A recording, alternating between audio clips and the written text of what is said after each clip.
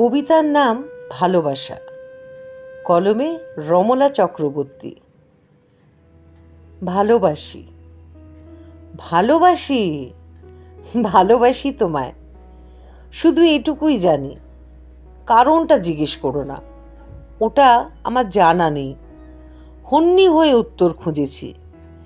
মন বলল, ভালোবাসায় কারণের চেয়ে অকারণের গুরুত্ব বেশি।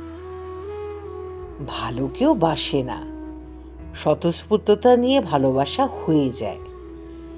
হয়তো বা পূর্বজন্মের কোনো আত্মিক বন্ধন ছিল।